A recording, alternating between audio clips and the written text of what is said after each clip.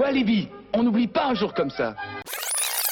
Walibi bibi, j'en suis baba. Pour une journée d'aventure et de rire, pour des instants, tourbillons de plaisir. Walibi, Walibi, c'est plus sympa. Walibi, bibi, j'en suis baba. Walibi, c'est pour la vie. Walibi pour les grands et les petits. Walibi, c'est la belle vie. Ne manquez pas l'instant magique où Walibi Wavre deviendra Six Flags Belgium.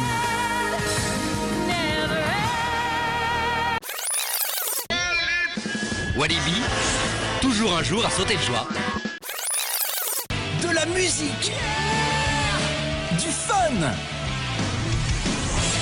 des sensations intenses, des émotions à partager entre amis ou en famille. Viens vibrer au parc Walibi. Kikiwaka, maintenant dans le nouvel Exotic World à Walibi. Popcorn Revenge, un popcorn shooter pour toute la famille. Nouveau à Walibi. Gonda, oserez-vous l'affronter? Bonjour à tous et bienvenue dans Walibi Report, le podcast. Alors aujourd'hui je serai seul aux manettes pour vous proposer un épisode spécial, un épisode hors série qui me permettra de revenir sur mon expérience au Backstage Tour. Donc cette visite exclusive des coulisses qui a été proposée le 3 février dernier à une dizaine de participants au concours qui avait été lancé donc sur les réseaux sociaux. Première petite clarification, puisqu'on a vu des choses passer notamment sur la page Walibi Report, mais aussi ailleurs. Je tiens à préciser qu'il y a bien eu 10 gagnants qui ont été tirés au sort à la loyale et que ce ne sont pas que des influenceurs qui ont été choisis de manière un peu pernicieuse. Absolument pas. Donc il y avait ces 10 gagnants, que je salue d'ailleurs au passage si jamais ils écoutent ce podcast. Et il y avait aussi Walibi Report, donc moi-même, et Fan Club Walibi qui ont été invités en plus de ces gagnants pour participer à cette expérience. Pour laquelle d'ailleurs je remercie chaleureusement le parc Walibi Belgium de nous avoir donné cette possibilité, et particulièrement des membres de la communication comme Erwan qui s'occupe notamment et surtout des influenceurs, et Véronique aussi qui elle a en charge le site internet et l'application. Donc deux personnes charmantes qui nous ont guidés tout au long de cette petite matinée dans les allées du parc, et surtout, et c'était pour ça qu'on était là, surtout dans les backstage. Voilà, alors on s'installe confortablement. J'espère vraiment que je vais pouvoir vous rendre, vous donner en tout cas, vous transférer mon énergie et mon excitation pour cette visite, parce que vraiment, elle fut exceptionnelle. Je pense que vous allez reconnaître tout de suite le petit décompte qui va nous envoyer, nous propulser, j'ai envie de dire, vers cette visite exclusive des backstage du parc. Start the system! Start the system! J'ai dit start the system! Erreur système. Erreur système. Erreur système. 9, 8, 7, 6, 5, 4, 3, 2, 1. Alors, tout d'abord, comme je vous le disais, nous avons été accueillis par Erwan et Véronique à l'entrée du parc. Ils nous ont ensuite emmenés vers les bureaux. Donc, pour vous situer un petit peu, vous avez donc l'entrée du parc où il y a l'ancienne statue qui n'est plus une statue, mais qui sera bientôt une statue, en fait, on l'espère. Vous avez l'ancienne entrée qui représente cette sorte de fort. Et à droite, là où il y a le point photo avec Walibi, vous avez un portail. Et derrière ce portail se trouvent les bureaux. Donc là, on a été invités à prendre un petit café, un petit thé. Et puis, nous, en fait, tout le monde d'ailleurs, on était surtout impatients de découvrir les coulisses. Alors c'était déjà sympa d'être là dans les bureaux, mais c'est pas ce qu'on voulait voir. Nous, on voulait voir des boulons, on voulait voir des écrous, on voulait voir voilà, tout ce qui fait fonctionner nos attractions préférées. Donc après ce petit moment d'accueil, nous nous sommes dirigés vers le vampire.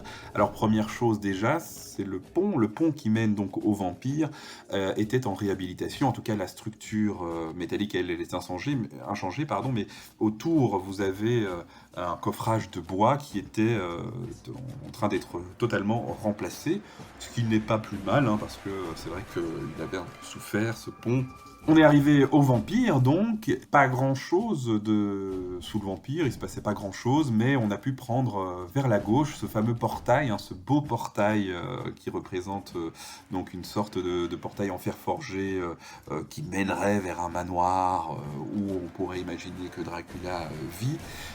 Donc on a pu emprunter ce portail et longer finalement la zone de frein et donc passer et voir le vampire sous des angles inédits, vraiment. C'est très particulier, on en reparlera tout à l'heure pour le Condat, par exemple. C'est assez particulier de voir parfois nos montagnes russes, nos attractions préférées, sous un autre angle. Finalement, on a vraiment l'habitude de les voir dans une certaine scénographie, dans une certaine disposition, et ça change vraiment tout quand on les voit d'un autre côté, hein.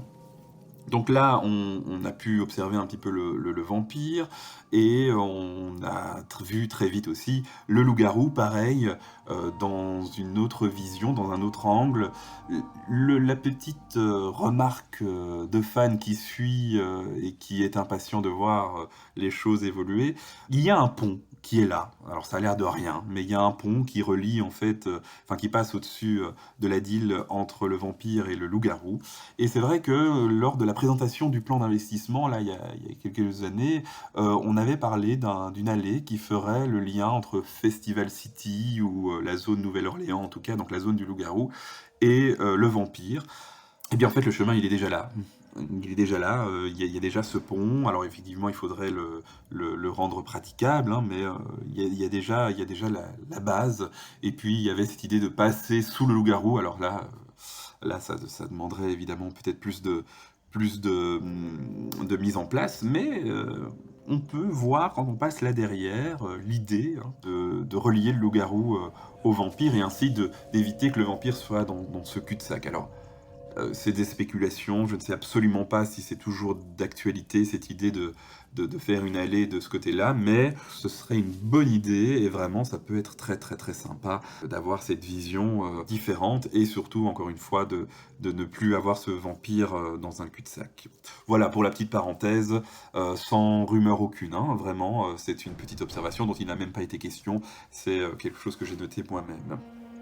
Donc là, on est passé derrière, en fait, le loup-garou, entre la route et la montagne russe, et on a repris les allées du parc du côté de l'ancien espace du Vertigo.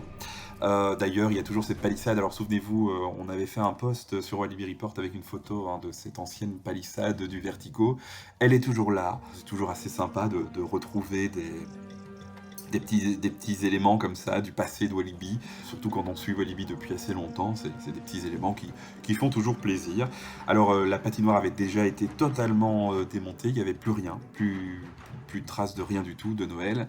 Alors tant que je parle de Noël, dans le parc, les sapins de Noël avaient été tous emballés dans une housse rouge, d'assez bonne qualité d'ailleurs, donc on salue ça parce que ça permet de garder une décoration de qualité, parce que on n'a pas encore fait d'épisode qui revient sur le Walibi Winter, mais c'est clair, je pense qu'on est vraiment tous d'accord pour dire que ce fut une belle réussite. Et donc, si on veut que ce soit pérennisé dans le temps, il faut y mettre les moyens. Et là, ils sont mis, vraiment, la décoration a l'air d'être stockée de manière consciencieuse pour retrouver l'année prochaine ces sapins dans toute leur splendeur.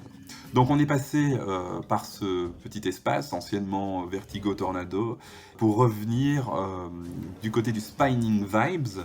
Alors le Spinning Vibes, lui, était en réhabilitation. ou réhabilitation en tout cas en hivernage. Donc nacelle avait été bâché, le centre avait été enlevé, etc.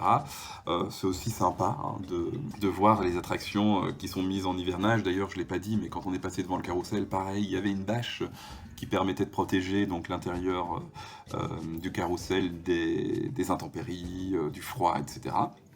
Et puis une fois le Spinning Vibe dépassé, on est arrivé dans Pulsar qui va être notre premier grand arrêt où on a pu aller déjà dans le garage du Pulsar. Donc quand vous avez la station d'embarquement à gauche, il y a une espèce de volet mécanique et derrière se trouve le garage où un bateau y était stocké. Donc il y avait un bateau qui était d'ailleurs un peu démonté, donc il y avait quelques rangées de sièges qui ne s'y trouvaient pas.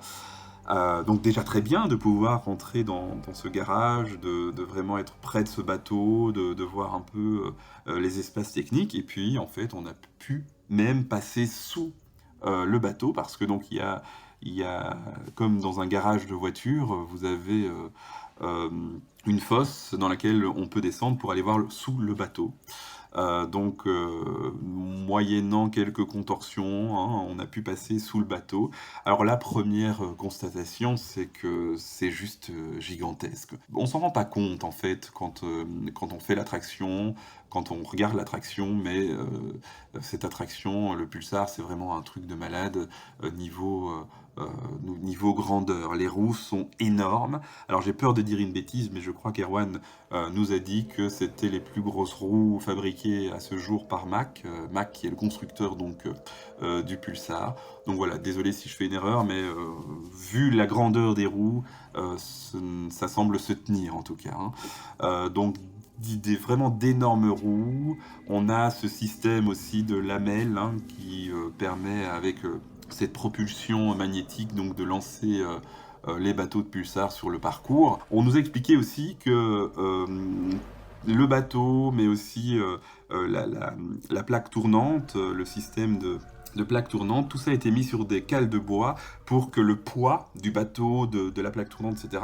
ne pèse pas sur les roues sinon qui se déformeraient, qui deviendraient carrées, si on veut grossir le trait, et donc qui ne rouleraient plus trop bien. Une roue carrée ne roule pas forcément bien. Donc toutes ces considérations en fait qu'il faut avoir, c'est vrai qu'en tant que visiteur on s'en rend pas forcément compte, mais de se dire voilà, si pendant tout un hiver on laisse les bateaux sur leurs roues sans que ça tourne en fait, eh bien ça va déformer la roue. Donc des petits éléments comme ça qui nous ont été donnés, qui sont vraiment très très intéressants. On a pu aller voir cette plateforme tournante, donc il faut savoir que l'attraction Pulsar ne nécessite pas forcément cette plateforme tournante. On pourrait ne pas en avoir, mais du coup on partirait donc sur un seul bateau. Alors vous allez me dire que on est un petit peu habitué à n'avoir qu'un seul bateau, mais bref, le but c'est d'avoir 2 bateaux en circuit et ainsi pouvoir augmenter la capacité de l'attraction. Donc cette plateforme tournante qui est gigantesque aussi, c'est vrai qu'on la voit un petit peu avant d'embarquer, on voit un peu on comprend bien le principe de cette plaque tournante, mais quand on est en dessous, c'est assez impressionnant, vraiment.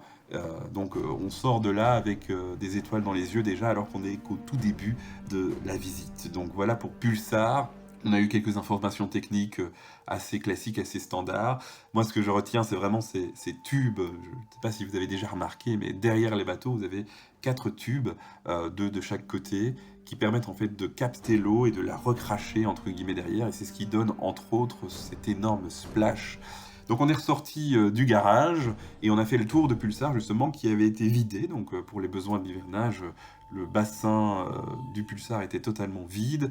Donc on a pu voir aussi les entrailles, ce qui est caché généralement par l'eau.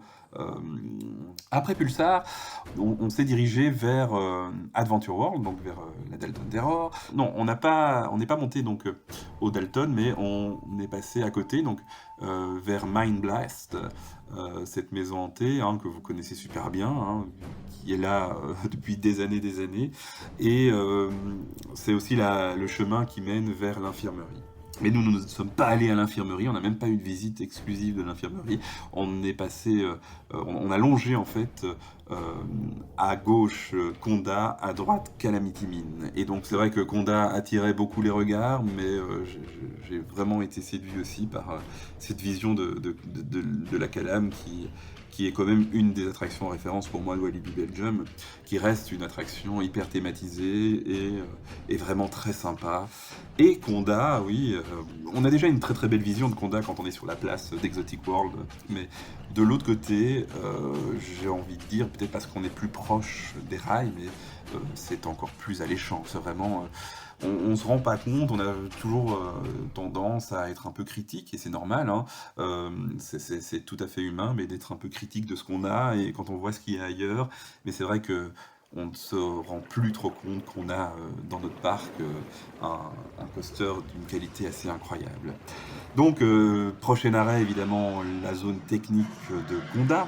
On a pu rentrer dans le bâtiment, le fameux bâtiment vert, vous savez, ce bâtiment qui a fait crier d'horreur les fans parce qu'ils se disaient mon Dieu, pourquoi on peut pas le thématiser? Bon, voilà, moi je vais être tout à fait honnête avec vous, c'est pas ce qui me choque le plus, hein, ça reste un bâtiment technique, bon voilà. Mais ce qui était intéressant, c'est de pouvoir rentrer dans ce bâtiment technique. Alors il n'y avait pas de train, puisqu'il y a un des deux trains qui est en maintenance à Koppel Maintenance, et l'autre, il était totalement désossé dans les bâtiments même du parc. Je vous en reparlerai à la fin du podcast, puisque nous avons pu visiter aussi ces bâtiments techniques. Donc, ce qui est intéressant, c'était de remarquer donc, et d'observer, c'est ce bâtiment technique, nouvelle génération finalement, hein, tout est clean, tout est beau, tout est propre. Alors, la petite anecdote, c'est qu'il y avait des mannequins, donc les mannequins qu'on remplit d'eau pour tester l'attraction comme s'il y avait des gens, hein, parce qu'évidemment un train qui tourne à vide et un train qui est plein de visiteurs, ça n'a pas le même poids et donc ça n'a pas non plus les mêmes réactions. C'est pour ça que quand on teste un train, on y met des mannequins remplis d'eau. La petite anecdote, c'est que la plupart des mannequins étaient nommés, donc il y avait le logo McRide dessus. Donc McRide, c'est pas du tout Conda, puisque Conda a été construit par Intamin. Bon voilà, c'est pas non plus un scandale, hein, c'est vraiment parce que je trouve ça assez rigolo. Donc voilà, on a pu visiter, on a même pu, en sortant du bâtiment technique, on a pu monter sur la zone de frein, enfin sur la zone à côté de la zone de frein, hein. Là aussi c'est du freinage magnétique. On a eu quelques petites explications de la part d'Erwan, hein, qui a pu nous montrer un peu comment le train était arrêté. Et puis rien que le fait d'être là à côté des rails, c'était vraiment très très sympa d'être pas loin de cet énorme lift. Alors on n'est pas monté sur le lift, on l'a vu de loin, mais on a pu vraiment prendre son temps pour faire des photos, etc. Donc c'était vraiment un bon moment. Mais pas le meilleur. Pour moi, ce qui arrive là était vraiment l'élément dont je me souviendrai toujours. On a pu, alors ça avait déjà été proposé il y a quelques années lors d'une fan day à laquelle je n'avais pas pu participer, j'avais quelque chose, enfin je ne sais plus comment ça s'était passé, mais je sais que j'avais regretté ça de nombreuses années, mais donc on a pu faire à pied le parcours de Challenge of Toutankhamon avec les lumières techniques allumées. Un régal, vraiment c'était assez incroyable, et ce dont on ne se rend pas compte quand l'attraction est en fonction avec l'éclairage, avec le côté un peu sombre de certaines scènes, c'est le niveau de qualité, vraiment le niveau de qualité des décors. Là, avec les lumières techniques allumées, avec le fait de pouvoir aller très près finalement des décors, on se rend compte que les couleurs sont incroyables, éblouissantes, on se rend compte que tout est très très très bien fait. Et vraiment, là aussi, tout à l'heure je disais qu'on avait tendance à oublier qu'on avait un coaster comme Conda, mais je crois qu'on peut aussi vraiment être fier d'avoir un dark ride comme Challenge of Toutankhamon, parce que c'est d'une qualité vraiment assez incroyable. Et puis, on va pas se gâcher notre plaisir, puisqu'on sait que il est pour l'instant aux soins de l'équipe technique. On lui redonne une seconde jeunesse, notamment pour ce qui est de ses voitures. Et on en avait bien besoin parce que, comme vous, on était un peu là, on était lassés de n'avoir finalement qu'un zigzag de la file d'attente de rempli et de devoir attendre 20 minutes parce qu'il n'y avait pas assez de voitures sur le parcours, etc. Donc là, ça s'est déjà bien amélioré lors du winter, ça allait beaucoup plus vite et on espère vraiment que là, en mars, le 30 mars, à la réouverture, on va pouvoir profiter d'un Challenge of Toutankhamon tout neuf. Donc on a fait tout le parcours à pied, on a pu s'arrêter à des endroits, notamment dans le garage. Alors pour ceux qui connaissent très bien le parcours, une fois qu'on a passé la grande statue de Seth, à gauche, il y a une porte et c'est là que se trouve le garage. Donc on a pu voir les voitures qui étaient là en maintenance, qui étaient en train de charger ou d'être vérifiées, etc. Donc vraiment on a passé un petit temps dans ce garage. Alors on a pu voir aussi certaines subtilités du parcours et notamment le Paper's Ghost. Alors je ne sais pas si vous savez ce qu'est un Paper's Ghost, mais c'est une illusion. Une illusion qu'on retrouve au cinéma, en tout cas qu'on retrouvait au cinéma, et qu'on retrouve beaucoup dans les attractions, dans les dark rides, notamment ceux de Disneyland. Il y en a à Phantom Manor, voilà. C'est cette illusion qui fait apparaître ou disparaître des objets grâce à une vitre, à une plaque qui réfléchit donc un objet qui est éclairé dans un endroit que le visiteur ne voit pas et qui est allumé, éteint, et donc on voit cet objet qui apparaît ou qui disparaît. Et donc il y a un Paper's Ghost. Alors Paper Ghost, c'est du nom de celui qui a vulgarisé, qui a utilisé beaucoup cette technique, qui s'appelait Monsieur Pepper. Bonjour Monsieur Pepper, donc ça n'a rien à voir avec le poivre. Et donc on a cet effet au niveau de l'archéologue qui crie n'avancez pas, et puis elle se transforme, ou en tout cas elle est foudroyée, elle devient un squelette. Vous voyez tous de quoi je parle, justement avant la grande statue de Seth. Et donc on a pu voir justement le fonctionnement avec à droite caché un mannequin donc représentant cet archéologue et puis en face le squelette, et donc on a cet effet de lumière. C'est assez sympa de voir ça. On a pu voir aussi de grands éléments animatroniques, notamment les serpents, les grands cobras, qui sont vraiment très impressionnants. Et aussi le cerbère, donc le chien à 3 têtes. Alors pour la petite info, c'est pas une info révolutionnaire, mais à l'origine le cerbère se levait, donc voilà, l'animatronique se levait. Cet effet-là a été abandonné parce que d'un point de vue technique, c'était assez compliqué de le maintenir en bonne forme, donc il ne se lèvera plus, mais en même temps, ça ne change pas grand-chose à l'expérience que les 3 têtes s'élèvent un peu ou pas, donc ça, c'est pas très grave. Autre moment assez incroyable, c'est la fameuse salle où vous avez les scarabées volants.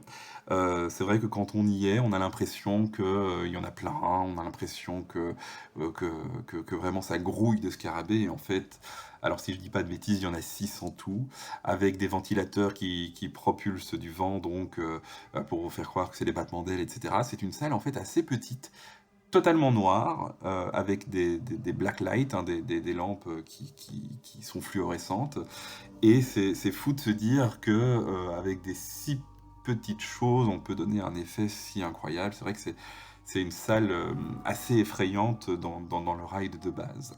Et puis on a terminé notre visite par le set aux flammes, donc là où il y a les lance-flammes. Et puis les scènes de combat finales. Là aussi, chaque momie, chaque squelette est vraiment super bien fait. C'est assez incroyable de voir ce niveau de détail. Et on a terminé évidemment par le trésor. Alors pour ceux qui ont vu les photos qu'on a postées sur Walibi Report, il y avait certains animatroniques qui étaient en réhabilitation. Et donc on a effectivement un énorme set qui était tout nu en fait. Donc il avait perdu son pagne.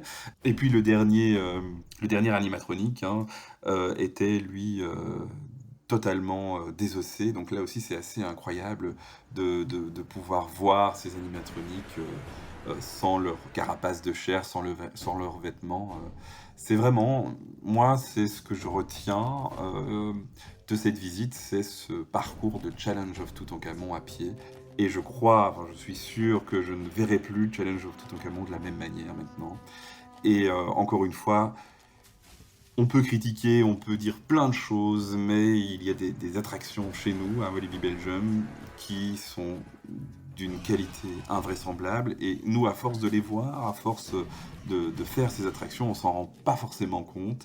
Mais voilà, Challenge of Toutankhamon, c'est vraiment une super attraction dont on peut être fier. Alors on continue avec un moment aussi exceptionnel de la visite, exceptionnel surtout parce que c'était un peu la surprise. On n'a pas pu faire de photos parce que ce n'était pas encore annoncé. Alors maintenant si j'en parle c'est parce que ça a été teasé sur les réseaux sociaux, donc je peux en parler, mais vraiment on n'a pas fait de photos. Je pense que c'est la moindre des choses quand vous êtes invité par un parc, qu'ils vous font confiance finalement, hein. Ils vous disent ok on va vous faire passer quelque part mais pas de photos, d'autant plus qu'ils nous avaient permis de prendre en photo tout ce qu'on voulait avant et de transmettre quand même sur les réseaux sociaux, parce que c'est vrai qu'on a eu certaines critiques par rapport à oui on aurait voulu y être etc, mais il faut savoir que le parc aurait très bien pu faire une visite des backstage sans permettre le partage sur les réseaux sociaux de photos. Là, c'est vrai que c'est un moindre mal, j'ai envie de dire. On a quand même pu partager un maximum de photos. N'oubliez pas, vous pouvez toujours les retrouver, que ce soit sur notre page Facebook ou notre page Instagram. Mais donc, on a pu traverser le chantier de ce qui sera Dock World, ou en tout cas ce qu'on pense être Dock World, puisque ça n'a pas été non plus officiellement annoncé. On avait ce dossier qui avait été déposé à la maison communale, hein, donc c'est comme ça qu'on avait pu déduire que le Dock World, donc le land qui tient le flashback, Pulsar, etc. Si on est passé donc dans une zone en friche totale, donc à partir de Salsa Fiesta et jusqu'à l'entrée du Psyché Underground, c'est un chantier phénoménal. Donc tous les arbres ont été coupés, la Gold River, tous les bateaux ont été enlevés, l'eau a été vidée, et vraiment on a un chantier titanesque. Ça nous prévoit vraiment du tout bon pour les saisons prochaines. Alors voilà, 2025 ou autre, on attend les confirmations évidemment du parc, mais en tout cas ce qui est sûr c'est que le chantier est bien lancé. Pour ce qui s'y trouvera et quand ça ouvrira, voilà, vous avez vu des rumeurs, des choses plus ou moins officielles ou plus ou moins sûres passer. On va pas s'éterniser là-dessus puisque c'est pas le sujet du podcast, mais très sympa parce que apparemment ils avaient hésité à nous faire passer là-dedans, mais je trouve que c'est vraiment très sympa de nous avoir permis de passer dans ce chantier, même si on n'y voit pas grand-chose pour l'instant. Alors l'information plus intéressante peut-être, c'est que l'année prochaine, donc en tout cas cette année, cette saison 2024, on fera sans Salsa Fiesta et Dragon Boat. On va devoir se passer de ces deux attractions parce que justement elles sont en plein dans le chantier, donc c'est pas possible. Mais bon, c'est pour du bon. Alors c'est vrai que c'est pas forcément les attractions qui vont nous manquer, quoique, hein, je crois qu'elles plaisent quand même à certains visiteurs, mais en tout cas c'est de toute façon un mal pour un bien. Et donc là, si vous suivez l'ordre du chemin du parc, on arrive à Psyché Underground. Autre grand moment, donc avec Challenge of Toutankhamon, c'est l'autre grand moment de cette visite pour moi, puisqu'on a pu passer sous le rail et sous le loop de Psyché Underground. On a pu voir donc le fameux moteur Flywheel, hein, donc ce qui propulsait avant la turbine, qui est toujours là et qui est toujours jaune. Donc lui n'a pas été repeint puisqu'il est caché sous le loop. Alors ce qui est aussi assez incroyable, c'est que c'est de la terre battue là en dessous. Hein, c'est vraiment, on voit qu'on a recouvert donc cette turbine, hein, ce Sirocco turbine, on l'a recouvert. Donc vous connaissez l'histoire, hein, c'est pour éviter les nuisances sonores pour les voisins, hein, pour les riverains. Mais on a vraiment mis une carapace de métal au-dessus sans recouvrir le sol, etc. Et c'est normal, c'est une zone technique et c'est une zone qui n'est pas visible du visiteur. On a pu aussi monter sur une passerelle pour être à 10 cm du looping, un looping très impressionnant. On s'en rend pas forcément compte non plus quand on est dans l'attraction, mais le looping est assez haut, il est assez raide, donc vraiment très très très bon moment que la visite de cet intérieur du Psyché Underground. On est repassé ensuite par la zone de lancement, par la gare, par la station d'embarquement. Donc vraiment c'était un moment très sympa, un moment un peu nostalgique aussi, puisqu'on retrouve des éléments de l'ancien Sirocco, mais Sirocco Turbine, mais vraiment très très sympa, où on a pu faire de très très belles photos, notamment de ce fameux monstre au milieu du looping que beaucoup de visiteurs disent ne pas avoir vu, alors qu'il est bien là. Après Psyché Underground, on a continué notre petite visite et on est arrivé au Palais du Génie. Alors je ne m'attendais pas à ce qu'on puisse y aller, mais c'était prévu dans la visite. Donc on a pu aller dans les entrailles du Palais du Génie. Alors le Palais du Génie, c'est une attraction que j'aime beaucoup. Alors c'est vrai qu'elle se fait vieille, c'est vrai qu'elle mériterait peut-être aussi une réhabilitation, mais ça reste une de mes attractions coup de cœur. Dans le monde des parcs, les Madhouse, c'est de nos jours un peu dépassé malheureusement, mais et c'est pas forcément le Walibi fan qui parle là, c'est plutôt le parc fan. J'ai pu faire beaucoup de Madhouse et j'avoue que le Palais du Génie reste pour moi une des meilleures. Peut-être pas la meilleure, mais une des meilleures. Disons-le tout de suite, il y a bien pire que le Palais du Génie, hein. Le Gaulois, sur ce coup-là, il nous bat pas forcément avec le défi de César, hein. Et donc on a pu voir ce décor, hein, qui est dans un tambour, qui tourne. Je ne vous dévoile rien, vous savez tous ça, mais donc on a effectivement les décors du palais qui tournent, et le plateau où on est assis fait aussi un petit va-et-vient, mais il ne tourne pas complètement. C'est l'effet combiné de ce mouvement du plateau et du tambour des décors qui fait qu'on a l'impression vraiment qu'on fait des tours complets du bâtiment, alors que c'est pas du tout le cas. Donc c'est assez intéressant de pouvoir être derrière, de pouvoir voir tout ça et de voir que la technique finalement elle est relativement simple, mais il fallait y penser et puis il fallait la mettre en application aussi, parce que nous a-t-on dit par exemple le tambour ne peut pas faire un tour complet parce qu'il y a tout un système et il y a toute une série de câbles qui sont fixés, qui alimentent les moteurs, etc. Et qui ne peuvent pas faire plus d'un tour, sinon ils se rompent, ils sont arrachés. Donc la programmation du cycle, etc. doit prendre en compte le fait qu'il faut faire des allers-retours, donc tourner dans un sens, puis tourner dans l'autre, pour éviter évidemment de faire des tours complets. Voilà, ça c'est quelque chose que j'ignorais totalement, et qui est vraiment assez intéressant. On a vu aussi qu'on était dans une zone inondable. Bon, ça on le savait, malheureusement on l'a connu il y a quelques années, mais voilà, il y a des pompes hydrauliques et c'est un peu partout dans le cas des inondations pour évacuer l'eau. C'est là qu'on se rend compte évidemment qu'on est dans une zone assez particulière à Walibi Belgium. Puis on est sorti de ce bâtiment, hein, et on est allé du côté de la zone technique. Donc vous avez Popcorn Revenge, derrière vous avez Nagulai, et encore derrière vous avez un bâtiment dans lequel étaient stockés la plupart des trains, des coasters, des trains qui n'avaient pas été envoyés donc à Koppel Maintenance, l'organisme extérieur qui s'occupe de l'entretien des trains. Donc il y avait un train de Conda, il y avait un train de Loup-garou. Si j'hésite, c'est parce que je me dis est-ce que les deux étaient là ou pas. Je suis sûr que le train rouge y était.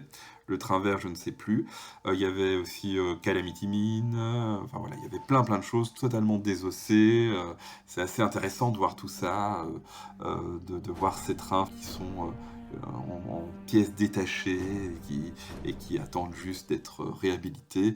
Donc vraiment partie très sympa aussi de cette visite, que le côté technique, le pôle technique du parc. Puis nous sommes revenus dans le parc pour visiter, c'était la dernière partie de la visite, visiter à pied encore une fois Popcorn Revenge, donc qui était totalement à l'arrêt. Et ce qui m'a frappé, moi, c'est la superficie. C'est vraiment une très petite attraction qui prend pas beaucoup de place. Alors c'est vrai qu'on s'en rend pas forcément compte quand on est dans l'attraction. On a l'impression que c'est assez long, qu'on va dans plein d'endroits, mais en fait, sur la surface au sol, ça a une empreinte très petite, très faible. Et donc c'est la qualité évidemment de cette attraction, parce que dans un même bâtiment, l'ancien bâtiment de Alibaba, hein, on peut avoir une maison hantée, on peut avoir un bâtiment technique, et en plus le Dark Ride Popcorn Revenge. Donc les écrans tout éteints, etc. Ça fait vraiment petite salle petit cinéma de quartier, hein, vraiment où on attend de projeter les films. Là aussi, on a pu faire des photos, on a pu voir pas mal de choses. Encore une fois, peut-être pas au point de Challenge of Toutankhamon, mais on a quand même le souci du détail. On a des choses très jolies, très bien faites, très bien réalisées. Et donc, encore une fois, c'était vraiment un bon moment que de pouvoir visiter ce Popcorn Revenge à pied. Et puis voilà, c'était déjà l'heure de nous ramener vers la sortie du parc. J'ai essayé de vous transmettre ici vraiment ce qu'on a vécu. C'était peut-être un peu décousu parce que je vous avoue que je n'ai pas écrit tout ce que je vous ai raconté aujourd'hui. J'ai essayé de me souvenir du mieux que je pouvais des petits détails, du petit parcours. J'ai peut-être oublié certaines choses, mais d'autres choses étaient peut-être moins intéressantes. Mais vraiment, j'espère que vous avez ressenti que cette visite a été vraiment exclusive et exceptionnelle. Je vous avoue que quand on nous a proposé de participer à cette visite, alors on n'a pas hésité une seconde, hein, on va être clair tout de suite, c'était une grande excitation, mais je m'attendais pas forcément à ce que le parc nous ouvre comme ça vraiment tout.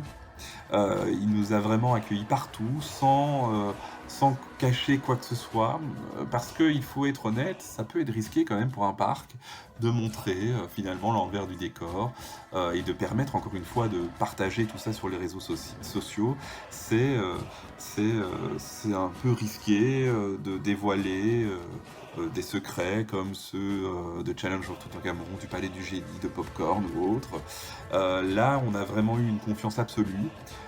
Comme je vous le dis, ils nous ont fait passer dans un chantier qui était encore tenu secret. Donc vraiment, on a ressenti de la part d'Erwan et de Véronique aussi, et donc des équipes du parc de manière générale, parce que c'est eux qu'on avait devant nous, mais ils ne sont pas seuls, évidemment. On a ressenti vraiment l'envie de nous faire plaisir, l'envie de nous partager et de nous faire vivre un moment exceptionnel dans notre vie de fan. Et donc pour ça encore, je tiens vraiment à les remercier. Vraiment, merci de nous avoir fait confiance sur ce point-là, et merci de nous avoir permis de partager surtout nos photos au plus grand nombre. Il est maintenant temps de refermer cet épisode spécial, cet épisode hors série de Walibi Report, le podcast. J'espère vraiment que vous avez apprécié partager avec moi ce retour sur le Backstage Tour 2024. Je vous salue et je vous dis à bientôt. N'oubliez pas de nous suivre sur Facebook, sur Instagram et d'écouter, si ce n'est pas encore fait, les épisodes précédents de Walibi Report, le podcast. À bientôt les amis.